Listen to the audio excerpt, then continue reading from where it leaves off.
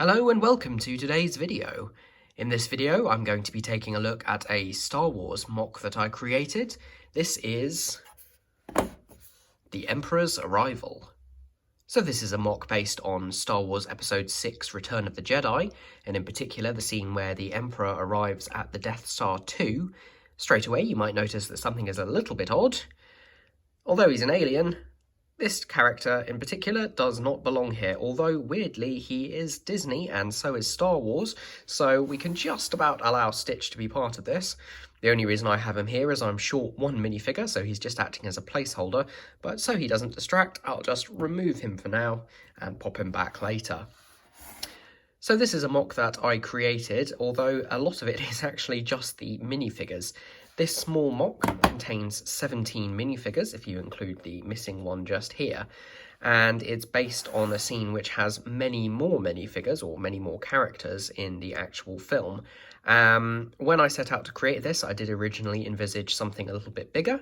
However, the minifigures do really mount up when you're building something that large, and even though this is a relatively small MOC, like I said, 17 minifigures is still quite a lot, especially when they're Star Wars branded ones that can get a little bit pricey.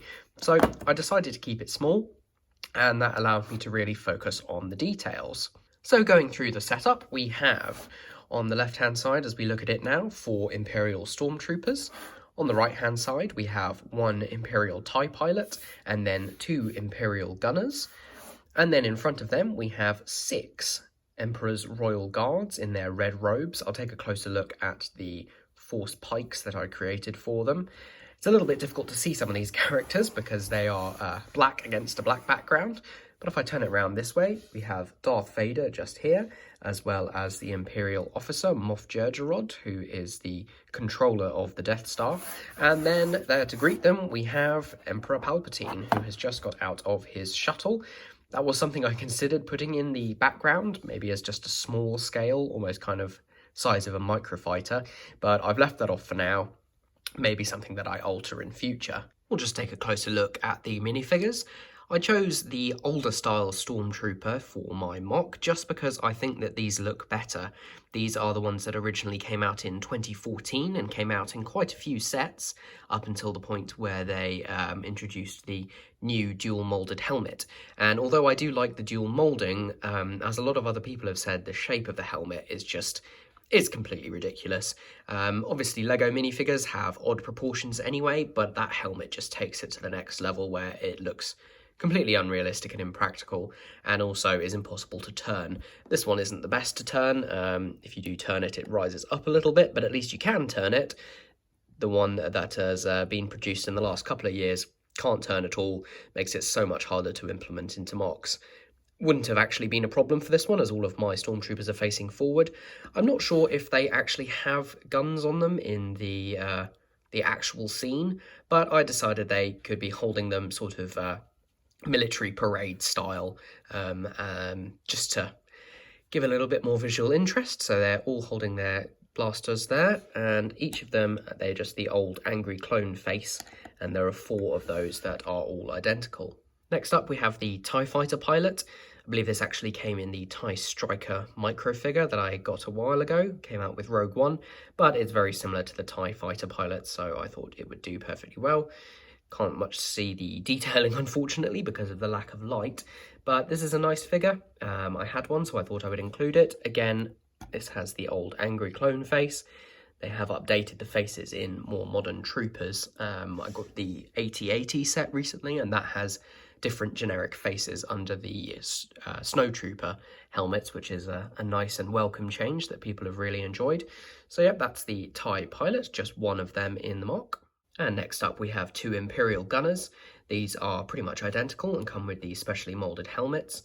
I don't think these are quite the most recent one. I think the more recent one has white printing for that Imperial emblem there, and this has got silver, but I had 2 of these already, so it was the obvious choice, and they just fill up the back row.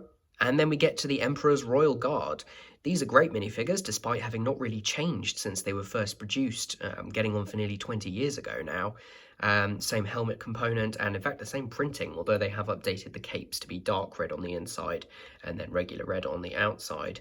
Something that I have not been particularly happy with though is the Force Pike, which is the name of the weapon that they carry. In regular sets they just tend to be a lightsaber blade in black, so a 4-long bar, and then either a torch piece or a lightsaber handle. And although these are kind of the approximate look of the Force Pikes in the film, they aren't able to actually hold them at the correct angle, leant back against their shoulder.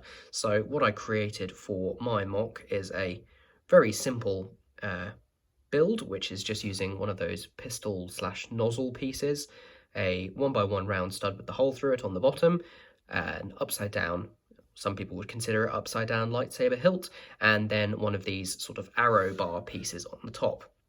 It does look a little bit chunky, it's not quite as sleek as the weapons in the film, but I think it does a much better approximation of the way that they hold them, and after all, it's Lego, so everything's a little bit more blocky.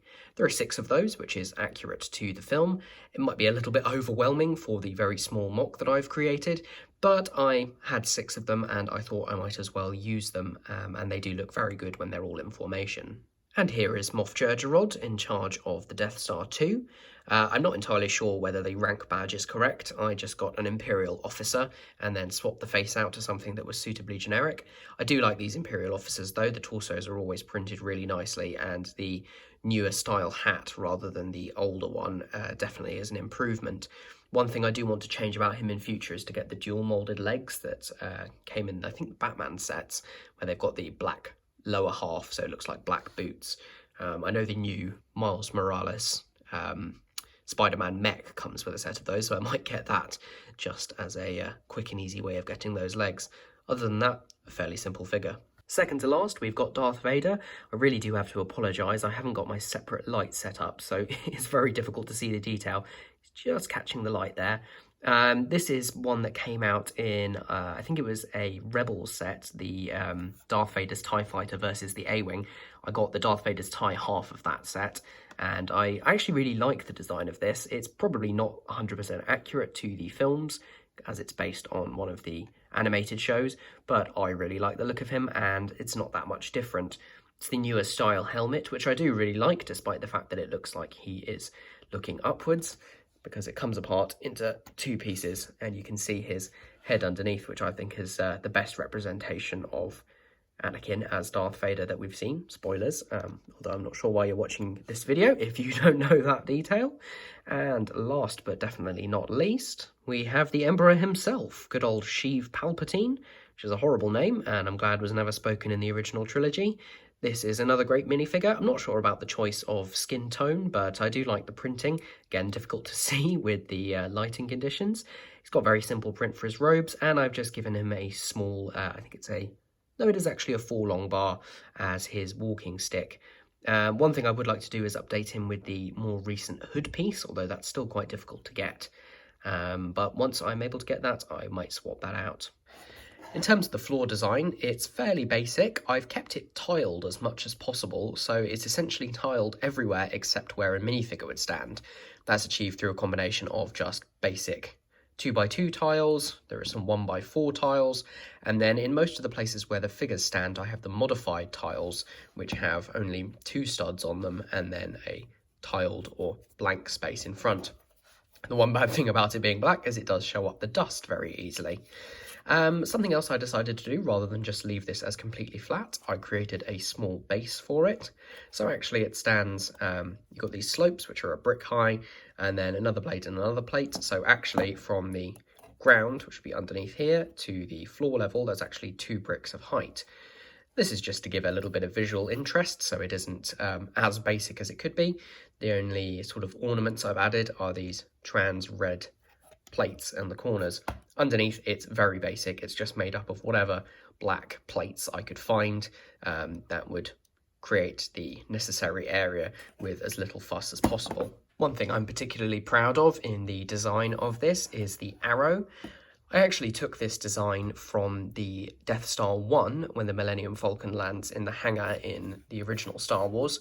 I don't think it's actually present in the Death Star 2 hangar, but I thought rather than just have a completely black floor, I would include that detail. So that's just using the newer 45-degree 2x2 triangle pieces, triangle tiles. Obviously that does leave very small gaps because they don't quite come to a point so that they are less dangerous and less prone to breaking, but the pattern that they create looks really good and just breaks up that space, which would otherwise be just more blank black tiles.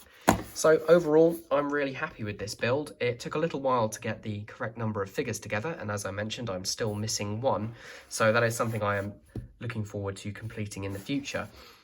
This just sits on the side of my desk, actually near my logo, and it's just it's like a nice little desk ornament to my collection, which is great because it doesn't take up much space, and that is something that I am rapidly running out of.